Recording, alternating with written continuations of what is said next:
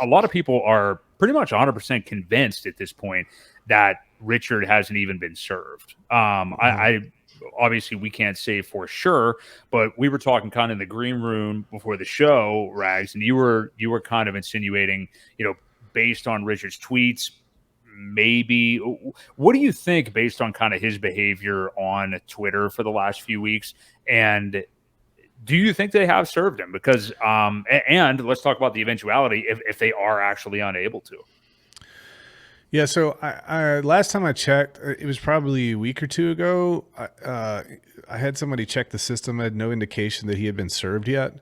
So again, this could be playing into the whole strategy of just stalling administratively.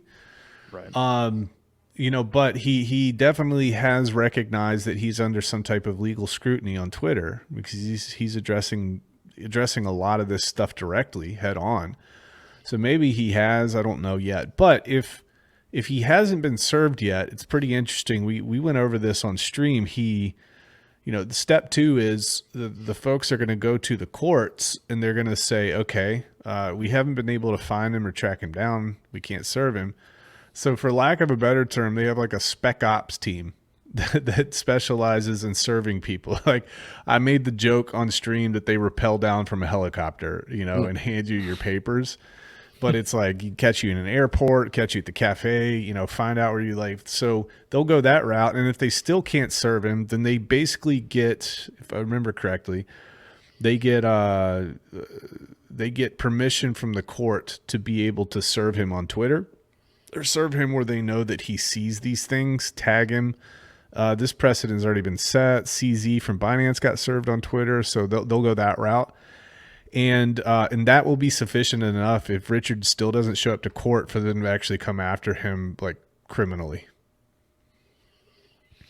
And what do you think the chances of that are? I mean, like I guess what I'll say is let's assume he does get served by this hearing, or whatever you want to call it. It's a preliminary phone conference. I mean, I don't even know if the defendant would show up or if it would just be counsel as what's instructed in the actual link on that court listener or whatever it's called. Yeah.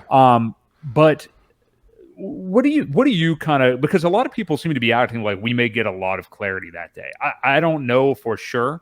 But it's going to be counsel, and they're going to be talking to not even the actual judge that will be seeing it. It's like the magistrate judge or something like that. To I guess for her to basically like see if there's something here to even continue on. So what do you think? So what this is so a scheduling order is what this is called, and I've got some notes here that I brought. So it's a legal document issued by a court or administrative body like the SEC that outlines the timeline and procedures for the case. So when the SEC charges an individual with violations of any sort of like security laws, a scheduling order is issued to establish the key dates, deadlines, things like that. And amongst those, you'll have discovery deadlines. So the time frame within which both parties must complete the discovery process, exchange of evidence and information. So, the evidence that the SEC has gets exchanged over to Richard's lawyers, and vice versa, trial date, any type of settlement discussions.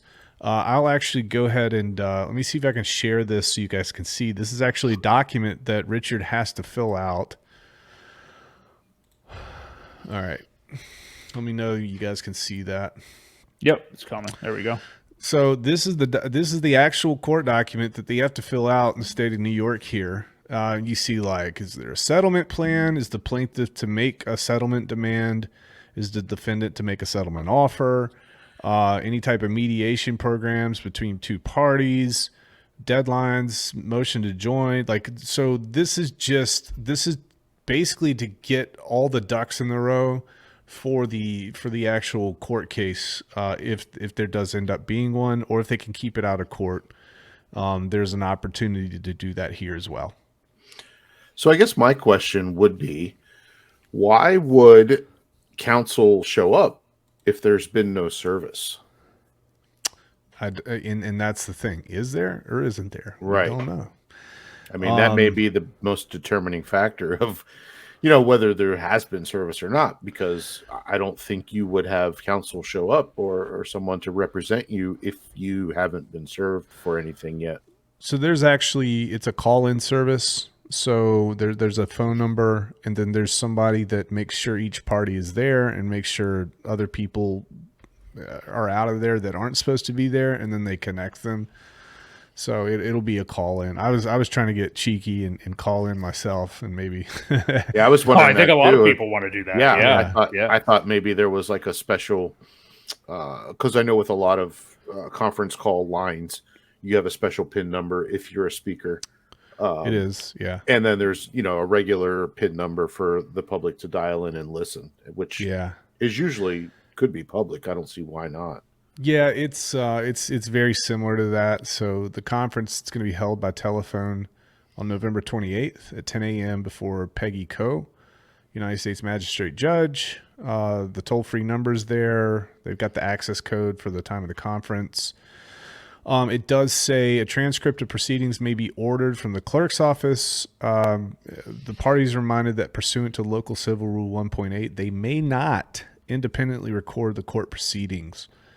So no request. Let's see here. Any of adjournment of this conference must be made in writing. So if they need to delay it, they will.